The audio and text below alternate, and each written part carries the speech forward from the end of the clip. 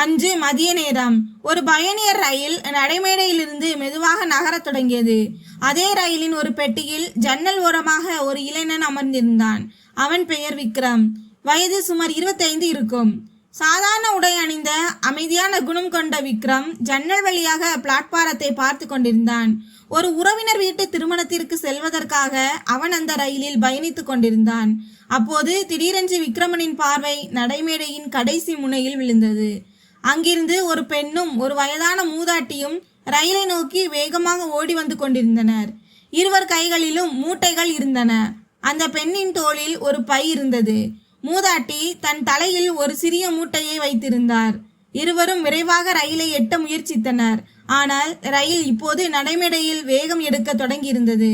இப்போதே உதவி கிடைக்காவிட்டால் அவர்களால் ரயிலை பிடிக்க முடியாது என்பதை விக்ரம் சட்டென புரிந்து கொண்டான். அவன் உடனே தன் இருக்கையிலிருந்து எழுந்து பெட்டியின் கதவு அருகே சென்றான். அந்த பெண் இப்போது ரயிலுக்கு மிக அருகில் வந்துவிட்டாள். விக்ரம் கதவிலிருந்து கையை நீட்டி சத்தமாக, "சீக்கிரம் வாருங்கள், கையை பிடியுங்கள்" என்றான். அந்த பெண் அவன் குரலை கேட்டு ஒரு நொடி கூட தாமதிக்காமல் முதலில் தன் பையை ரயிலுக்குள் எறிந்தாள். விக்ரம் உடனடியாக அந்த பையை பிடித்து உள்ளே வைத்தான். இப்போது மூதாட்டி ரயிலுக்கு அருகில் வந்திருந்தார். விக்ரம் அவர் கையை பிடித்து மெதுவாக உள்ளே இழுத்தான். சில வினாடி போராட்டத்திற்கு பிறகு அவர் ரயிலில் ஏறிவிட்டார். இப்போது அந்த பெண்ணின் முறை. ரயிலின் வேகம் இப்போது இன்னும் கொஞ்சம் அதிகரித்திருந்தது. விக்ரம் அவள் கையை பலமாக பிடித்து மேலே இழுக்க தொடங்கினான். அந்த பெண் ஒரு வழியாக ரயிலில் ஏறிவிட்டாள். ஆனால் உள்ளே கால் வைத்தவுடன் அவளது கால் அங்கிருந்த ஒரு சாக்கு மூட்டையில் சிக்கியது. திடீரென அவளது சமநிலை குலைந்தது. விக்ரமாலும் தன்னை சமாளிக்க முடியவில்லை. அடுத்த கணமே இருவரும் கீழே விழுந்தார்கள்.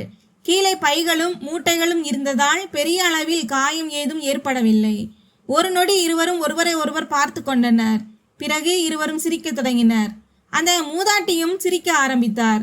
அந்த பெண் விரைவாக எழுந்து விக்ரமையும் தூக்கிவிட்டபடி, "மன்னிக்கவும், என்னால் நீங்கள் கீழே விழுந்து விட்டீர்கள்" என்றாள்.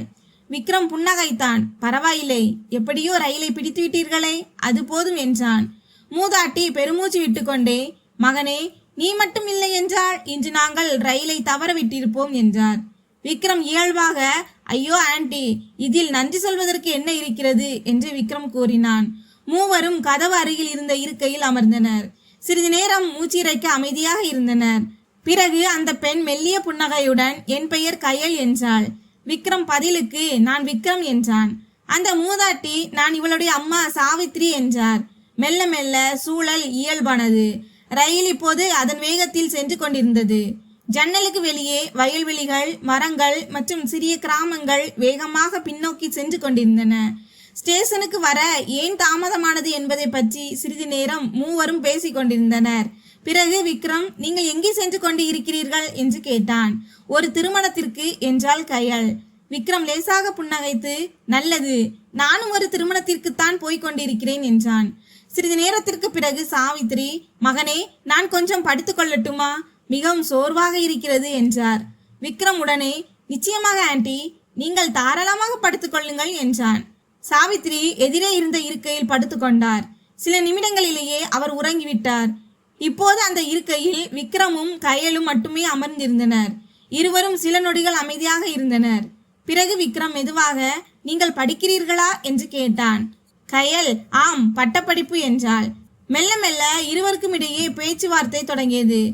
விக்ரம் அவ்வப்போது அவளை பார்த்து புன்னகைத்தான். கயலும் சுருக்கமாக பதிலளித்தாள். ஜன்னல் வழியாக வந்த காற்றில் கயலின் கூந்தல் அடிக்கடி அவள் முகத்தில் விழுந்து கொண்டிருந்தது. சிறிது நேரத்திற்கு பிறகு கயலுக்கு திடீரென்று ஏதோ ஞாபகம் வந்தது. அவள் முகம் சட்டென மாறியது. அவள் சற்று பதற்றத்துடன், "ஒன்று சொல்கிறேன், ஆனால் சிரிக்க கூடாது" என்றாள். விக்ரம் ஆச்சரியத்துடன், "என்ன ஆச்சு" என்று கேட்டான். கயல் மெதுவாக, "நாங்கள் இருவரும் டிக்கெட் எடுக்க மறந்துவிட்டோம்" என்றாள். விக்ரம் சில நொடிகள் அவளை பார்த்தான். பிறகு லேசாக புன்னகைத்தான். ஆனால் அதே சமயம் பெட்டியின் கதவு பக்கத்திலிருந்து ஒரு கண்டிப்பான குரல் கேட்டது. "டிக்கெட் பரிசோதனை, எல்லாரும் உங்கள் டிக்கெட்டுகளை தயாராக வைத்திருங்கள்." விக்ரம் மற்றும் கயல் இருவரும் ஒரே நேரத்தில் அந்த பக்கத்தை பார்த்தார்கள். டிக்கெட் பரிசோதகர் பெட்டியின் கதவு வழியாக உள்ளே வந்துவிட்டார். அவர் மெதுவாக இவர்களை நோக்கியே வந்து கொண்டிருந்தார்.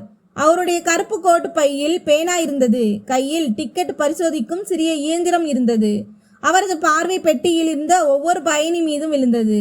அவர் ஒவ்வொருவரிடமும் நின்று டிக்கெட்டை பார்த்துவிட்டு முன்னேறி வந்தார்.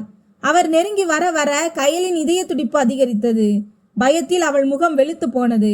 ஏதேனும் வழி கிடைக்குமா என்பது போல அவள் அடிக்கடி விக்ரமை பார்த்தாள். விக்ரம் அவளுடைய பதற்றத்தை தெளிவாக உணர்ந்தான். விக்ரம் மெதுவாக, பயப்படாதீர்கள், நான் பார்த்துக் கொள்கிறேன் என்றான்.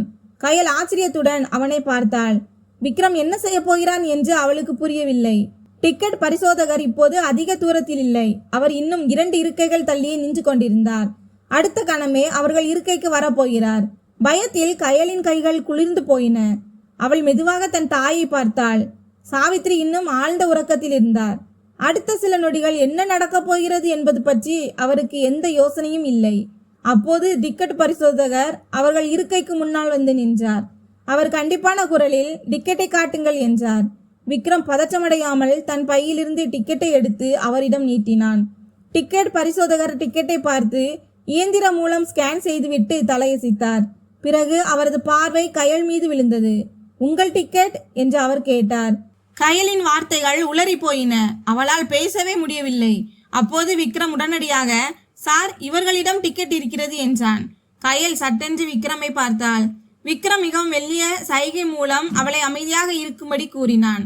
கயல் மெதுவாக தன் கையை நீட்டி சற்று முன்பு விக்ரம் அவளிடம் விளையாட்டாக காட்டிய அதே டிக்கெட்டை எடுத்து டிக்கெட் பரிசோதகரிடம் கொடுத்தாள். டிக்கெட் பரிசோதகர் டிக்கெட்டை பார்த்தார். சில நொடிகள் அந்த டிக்கெட்டையே உற்று பார்த்து கொண்டிருந்தார். அந்த நொடி கயலுக்கு தன் மூச்சை நின்றுவிட்டது போல இருந்தது. ஆனால் டிக்கெட் பரிசோதகர் எதுவும் சொல்லவில்லை. அவர் டிக்கெட்டை திருப்பி தந்துவிட்டு முன்னேறி செல்ல தொடங்கினார். கயலின் முகத்தில் நிம்மதி தெரிந்தது. ஆனால் அப்போது டிக்கெட் பரிசோதகரின் பார்வை எதிரே இருந்த இருக்கையில் படுத்திருந்த சாவித்திரி மீது விழுந்தது. அவர் நின்றுவிட்டு, யார் இவர், இவருடைய டிக்கெட் எங்கே என்று கேட்டார். கயலின் இதய துடிப்பு மீண்டும் ஒருமுறை வேகம் எடுத்தது. அவள் ஏதோ சொல்ல வருவதற்கு முன்பே விக்ரம் பேச தொடங்கினான். சார், இவருடைய அம்மா. உடல்நிலை கொஞ்சம் சரியில்லை, அதனால்தான் படுத்திருக்கிறார். இவரிடமும் டிக்கெட் இருக்கிறது என்றான். டிக்கெட் பரிசோதகர் ஒரு நிமிடம் சாவித்திரியை பார்த்தார். ஒருவேளை அவருக்கு உண்மையிலேயே அவரது உடல்நிலை சரியில்லை என்று தோன்றியிருக்கலாம். அவர் மேற்கொண்டு கேள்விகள் எதுவும் கேட்காமல் முன்னேறி சென்றார். ஆனால் அவர் சில அடிகள் மட்டுமே சென்றிருப்பார். திடீரென திரும்பி விக்ரமிடம், உன் டிக்கெட் எங்கே போக வேண்டும் என்று கேட்டார். விக்ரம் விஷயம் இத்துடன் முடியவில்லை என்பதை புரிந்து கொண்டான்.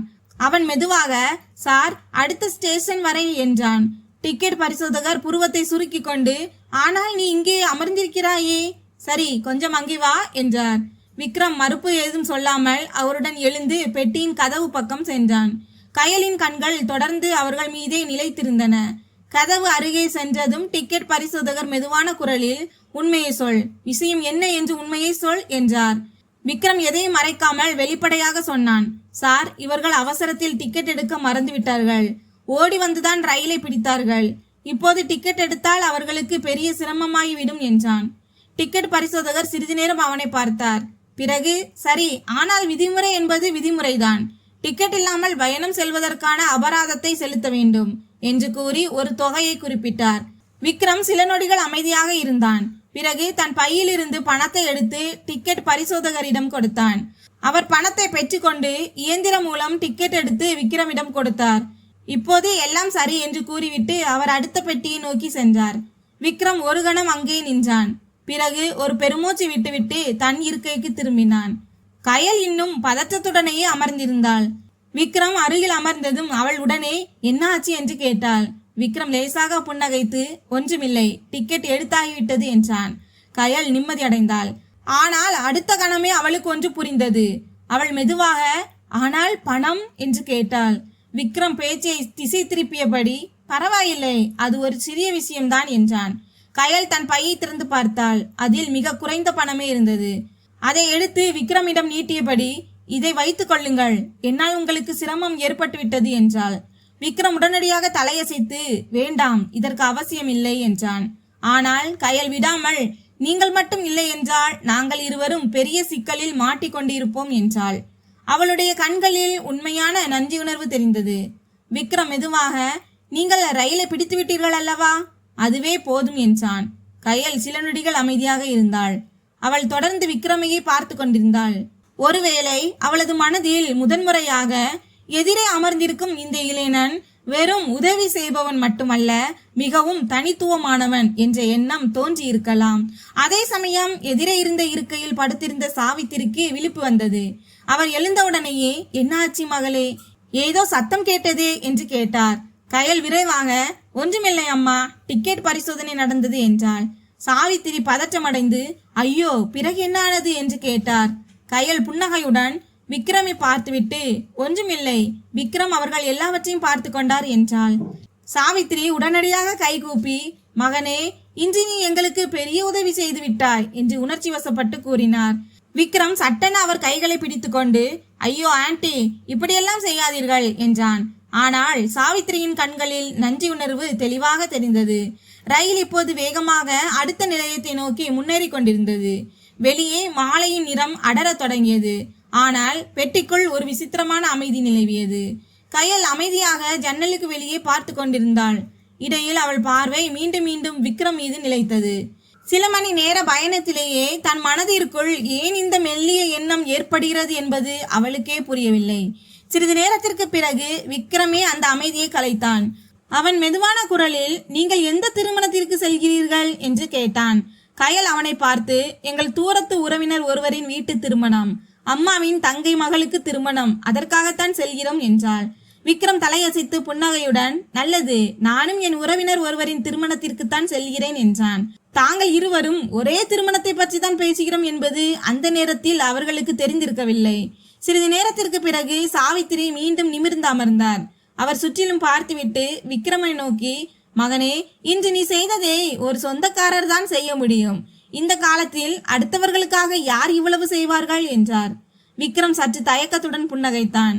அவன் மெதுவாக, ஆண்டி, இதில் ஒன்றுமில்லை, யாராவது கஷ்டத்தில் இருந்தால் உதவி செய்வதுதானே முறை என்றான். சாவித்ரி தலையசைத்தார். ஆனால் அவர் கண்களில் இன்னும் அந்த நன்றி உணர்வு குறையாமல் இருந்தது. ரயில் அடுத்த நிலையத்தை கடந்தபோது சிலர் இறங்கினார்கள். புதிய பயணிகள் ஏறினார்கள். ஒரு சமோசா வியாபாரியும் டீ வியாபாரியும் பெட்டிக்குள் வந்தனர். விக்ரம் அவர்களை கூப்பிட்டு சில சமோசாக்களையும் 3 டீயும் வாங்கினான்.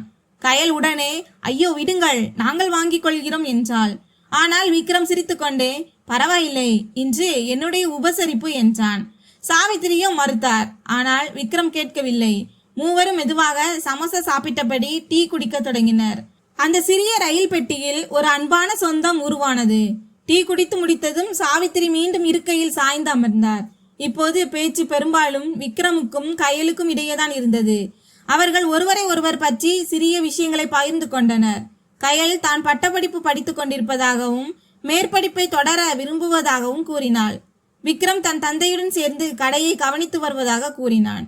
பேசிக் கொண்டிருந்ததில் நேரம் எப்படி போனது என்றே அவர்களுக்கு தெரியவில்லை. ரயில் இப்போது அதன் கடைசி பெரிய நிலையத்தை நோக்கி சென்று கொண்டிருந்தது. மாலை நேரம் ஆகிவிட்டது. ஜன்னலுக்கு வெளியே வானம் லேசாக ஆரஞ்சு நிறமாக மாறியிருந்தது.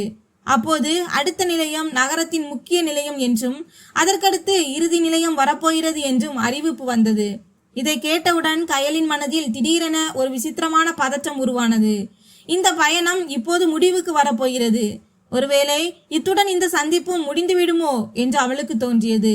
விக்ரமின் மனதிலும் இது போன்ற எண்ணங்களே ஓடிக்கொண்டிருந்தன. கயலிடம் அவளுடைய தொலைபேசி எண்ணை கேட்கலாமா என்று அவன் பலமுறை யோசித்தான். ஆனால் ஒவ்வொரு முறையும் ஏதோ ஒரு தயக்கத்தினால் அமைதியாகிவிட்டான். கயல் தவறாக எண்ணி விடுவாளோ என்று அவனுக்கு தோன்றியது. இருவர் மனதிலும் ஒரே எண்ணம் இருந்தாலும் இருவராலும் அதை சொல்ல முடியவில்லை. சிறிது நேரத்திற்கு பிறகு ரயில் நகரத்தின் பெரிய நிலையத்தை அடைந்தது. இங்கே கூட்டம் சற்று அதிகமாக இருந்தது. பலர் இறங்கினார்கள், பலர் ஏறவும் செய்தார்கள். ஆனால் விக்ரம், கயல் மற்றும் சாவித்திரி தங்களது இருக்கையிலேயே அமர்ந்திருந்தனர். ரயில் சில நிமிடங்கள் நின்றுவிட்டு பிறகு நகரத் தொடங்கியது. அடுத்த நிலையம்தான் அவர்கள் இறங்க வேண்டிய இடம். சாவித்திரி சாமான்களை அடுக்க தொடங்கினார். அவர் கயலிடம், மகளே, உன் பையை பத்திரமாக பிடித்துக்கொள், ஸ்டேஷன் வரப்போகிறது என்றார். கயல் தலையசைத்தாள். ஆனால் அவளது பார்வை அடிக்கடி விக்ரம் பக்கமே சென்றது. இந்த பயணம் இன்னும் சிறிது நேரம் நீடிக்க கூடாதா என்று அவள் விரும்பினாள் போல. சில நிமிடங்களிலேயே ரயில் மெதுவாக நிலையத்திற்குள் நுழைய தொடங்கியது. வெளியே நடைமேடையின் விளக்குகள் எரிந்து கொண்டிருந்தன. ரயிலின் வேகம் குறைய தொடங்கியது. சாவித்திரி எழுந்து நின்று தன் சாமான்களை சரிபார்த்தார். கயலும் எழுந்து நின்றாள். விக்ரம் அவளது பையை தூக்க உதவினான். ரயில் நின்றதும் மூவரும் கீழே இறங்கினர். பிளாட்பாரத்தில் லேசான கூட்டம் இருந்தது. வெளியே செல்வதற்காக மக்கள் வேக வேகமாக வாயிலை நோக்கி சென்று கொண்டிருந்தனர். விக்ரமும் அவர்களுடன் மெதுவாக நடந்து சென்றான்.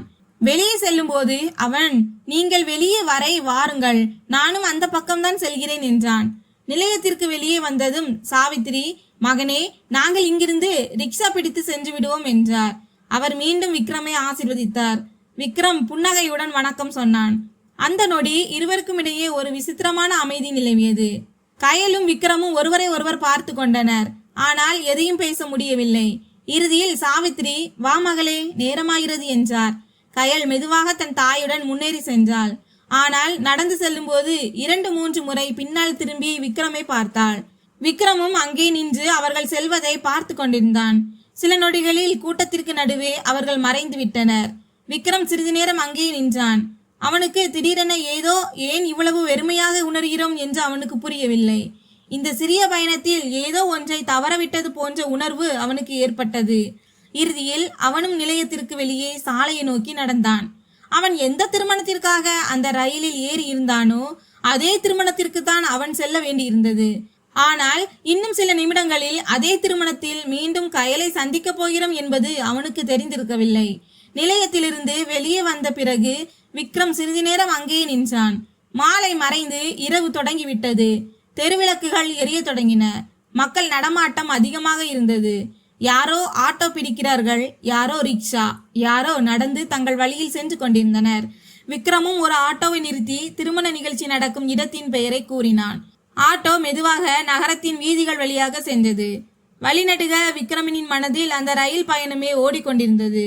கயலின் முகம் மீண்டும் மீண்டும் அவன் கண்கள் முன்னே வந்து சென்றது. சில மணி நேர சந்திப்பு தன் மனதில் இவ்வளவு பெரிய தாக்கத்தை எப்படி ஏற்படுத்தியது என்று அவனுக்கே புரியவில்லை. சுமார் 20 நிமிடங்களுக்கு பிறகு அந்த பெரிய திருமண மண்டபத்தின் முன்னால் ஆட்டோ நின்றது. வெளியே வண்ண விளக்குகளால் அந்த இடமே ஜொலித்து கொண்டிருந்தது. வாசலில் மலர் அலங்காரங்கள் இருந்தன. உள்ளிருந்து மேளதாளங்கள் மற்றும் மங்கள இசை சத்தம் கேட்டுக்கொண்டிருந்தது. விக்ரம் வாடகையை கொடுத்துவிட்டு உள்ளே சென்றான். அவன் நுழைவாயிலை கடந்தபோது அங்கே பெரும் கூட்டம் இருந்தது. உறவினர்கள் அங்குமிங்கும் நடமாடி கொண்டிருந்தனர். சிலர் மேடைக்கு அருகில் நின்றிருந்தனர். சிலர் உணவு அறையின் அருகே பேசிக் கொண்டிருந்தனர். விக்ரம் உள்ளே சென்று தன் உறவினர்களை தேட தொடங்கினான். அப்போது திடீரென்று அவனது பார்வை சற்று தொலைவில் நின்றிருந்த ஒரு பெண்ணின் மீது விழுந்தது. அவன் ஒரு கணம் அப்படியே திகைத்து நின்றான். அங்கே நின்றது கயல். அவளுடன் சாவித்திரியும் இருந்தார். இருவரும் யாரிடமோ பேசிக் கொண்டிருந்தனர். விக்ரமால் தன் கண்களையே நம்ப முடியவில்லை. தான் கனவு காண்கிறோமோ என்று அவனுக்கு தோன்றியது. அதே சமயம் கயலின் பார்வையும் விக்ரம் மீது விழுந்தது. முதலில் அவள் ஒரு கணம் அதிர்ச்சி அடைந்தாள். பிறகு அவள் முகத்தில் வியப்புடன் கூடிய ஒரு பெரிய புன்னகை மலர்ந்தது.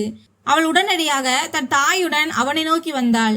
அருகில் வந்ததும் அவள் நெகிழ்ச்சியுடன், நீங்கள் இங்கேயா என்றாள். விக்ரமும் லேசாக சிரித்து கொண்டே, நானும் அதைத்தான் கேட்க நினைத்தேன், நீங்கள் எப்படி இங்கே என்றான். கயல், நாங்கள் இந்த திருமணத்திற்காகத்தான் வந்திருக்கிறோம் என்றாள். விக்ரம் புன்னகையுடன், அப்படியானால் நாம் இருவரும் ஒரே திருமணத்திற்கு தான் வந்திருக்கிறோம் என்று பதிலளித்தான். இதை கேட்ட சாவித்திரியும் ஆச்சரியமடைந்தார். அவர், அட மகனே, இது நிஜமாகவே ஒரு அதிசயம்தான் என்றார். வழிநெடுக உன்னை பற்றி தான் பேசிக் கொண்டிருந்தோம். இங்கே மீண்டும் உன்னை பார்க்கிறோம். கயலின் கண்களில் ஒரு பிரகாசம் தெரிந்தது. இவ்வளவு சீக்கிரம் மீண்டும் சந்திப்போம் என்று அவளும் எதிர்பார்த்திருக்கவில்லை. கூட்டம் அதிகமாக இருந்ததால் மூவரும் நீண்ட நேரம் அங்கே நிற்கவில்லை. சிறிது நேரத்திற்கு பிறகு வாய்ப்பு கிடைத்தது. கயலும் விக்ரமும் தோட்டத்தின் ஒரு அமைதியான மூலைக்கு சென்று அமர்ந்தனர். இப்போது இருவர் முகத்திலும் ரயிலை விட்டு இறங்கும் போது தொலைந்து போன அதே மகிழ்ச்சி தென்பட்டது. விக்ரம் சிரித்துக்கொண்டே, உண்மையை சொல்லவா, இனிமேல் உன்னை சந்திக்கவே முடியாது என்றுதான் நினைத்தேன் என்றான். கயல் மெதுவாக, எனக்கு என்னவோ தெரியவில்லை, எப்போதாவது மீண்டும் சந்திப்போம் என்று தோன்றிக் கொண்டே இருந்தது என்றாள். இருவரும் சிறிது நேரம் பேசிக் கொண்டிருந்தனர். அந்த ரயில் பயணம், டிக்கெட் எடுத்த சம்பவம் மற்றும் வழியில் நடந்த சிறிய விஷயங்களை நினைத்து பார்த்து இருவரும் சிரித்தனர். அன்று இரவு திருமணம் கோலாகலமாக இருந்தது. ஆனால் விக்ரம் மற்றும் கயலுக்கு மட்டும் காலம் அப்படியே உறைந்து விட்டது போல தோன்றியது. அடுத்த நாளும் திருமண சடங்குகள் இருந்தன. அதனால் இருவரும் அங்கே தங்க வேண்டியிருந்தது. மறுநாள் இருவரும் சேர்ந்து சந்தைக்கு சென்றனர். ஊரை சுற்றி பார்த்தனர். நீண்ட நேரம் பேசிக்கொண்டே இருந்தனர். இப்போது அவர்களுக்கு இடையே இருந்த தயக்கம் முற்றிலும் மறைந்து விட்டது. இந்த சந்திப்பு வெறும் தற்செயலானது அல்ல என்பதை இருவரும் மெல்ல மெல்ல உணரத் தொடங்கினர். 3 நாட்கள் திருமண நிகழ்ச்சிகள் நடந்தன. இந்த 3 நாட்களில் இருவருக்கும் இடையே ஒரு ஆழமான அன்பு உருவானது. 3 நாட்களுக்கு பிறகு அனைவரும் ஊர் திரும்ப தொடங்கிய போது விக்ரமும் கயலும் அதே பயணியர் ரயிலிலேயே திரும்பினர். பயணத்தின் போது இருவரும் முன்பு இருந்ததை விட மிகவும் வெளிப்படையாக பேசிக்கொண்டனர். ஆனால் அவர்கள் இறங்க வேண்டிய நிலையம் நெருங்கிய போது இருவரும் மனமும் மீண்டும் பாரமானது. கயல் தன் தாயுடன் தனது நிலையத்தில் இறங்கினாள். விக்ரம் தனது நிலையத்தில் இறங்கினான். ஆனால் இந்த முறை அவர்களுக்கு இடையே இருந்த தூரம் வெறும் நிலையங்களுக்கு இடையிலானதுதான், மனங்களுக்கு இடையில் அல்ல. இதற்கு பிறகு இருவரது சந்திப்புகளும் மெல்ல மெல்ல அதிகரிக்க தொடங்கின. விக்ரம் சில நேரங்களில் கயலின் கல்லூரிக்கு அருகில் அவளை சந்திக்க வருவான். சில நேரங்களில் இருவரும் ஒரு சிறிய உணவகத்தில் அமர்ந்து டீ குடித்தபடி பேசிக் கொண்டிருப்பார்கள். காலப்போக்கில் அவர்களது உறவு இன்னும் வலுவடைந்தது. சில காலத்திற்கு பிறகு விக்ரம் தன் குடும்பத்தாரிடம் அனைத்தையும் தெரிவித்தான். ஆரம்பத்தில் சிறிய தயக்கம் இருந்தாலும் இரு குடும்பத்தினரும் சந்தித்த போது இருவரும் ஒருவருக்கொருவர் பொருத்தமானவர்கள் என்று அவர்களும் உணர்ந்தனர். இறுதியில் இரு குடும்பங்களின் சம்மதத்துடன் அவர்களுக்கு திருமணம் நிச்சயிக்கப்பட்டது. சில மாதங்களுக்கு பிறகு இருவரும் எதற்காக காத்திருந்தார்களோ அந்த நாள் வந்தது. அனைத்து சடங்குகளுடனும் குடும்பத்தினர் முன்னிலையிலும் விக்ரம் மற்றும் கயலின் திருமணம் நடைபெற்றது. அன்று இருவர் முகத்திலும் அவர்கள் முதலில் ரயிலில் சந்தித்த போது இருந்த அதே புன்னகை இப்போதும் அவர்கள் முகத்தில் இருந்தது. நண்பர்களே, இந்த கதையிலிருந்து நாம் கற்றுக்கொள்ளும் பாடம் என்னவென்றால், வாழ்க்கையில் சில நேரங்களில் நாம் செய்யும் ஒரு சிறிய உதவி கூட ஒருவருடைய முழு வாழ்க்கையையும் மாற்றிவிடக்கூடும். ஒரு மனிதனின் உண்மையான அடையாளம் அவனது நடத்தை மற்றும் தூய்மையான மனதில்தான் இருக்கிறது. விக்ரம் அன்று அந்த ரயிலின் கதவு வரை சென்று உதவி செய்யாமல் இருந்திருந்தால் ஒருவேளை அந்த சந்திப்பே நிகழ்ந்திருக்காது. 2 பேரின் வாழ்க்கைகளும் இணைந்திருக்காது. இந்த கதை உங்கள் மனதை தொட்டிருந்தால் வீடியோவை லைக் செய்யுங்கள், சேனலை சப்ஸ்கிரைப் செய்யுங்கள். நன்றி.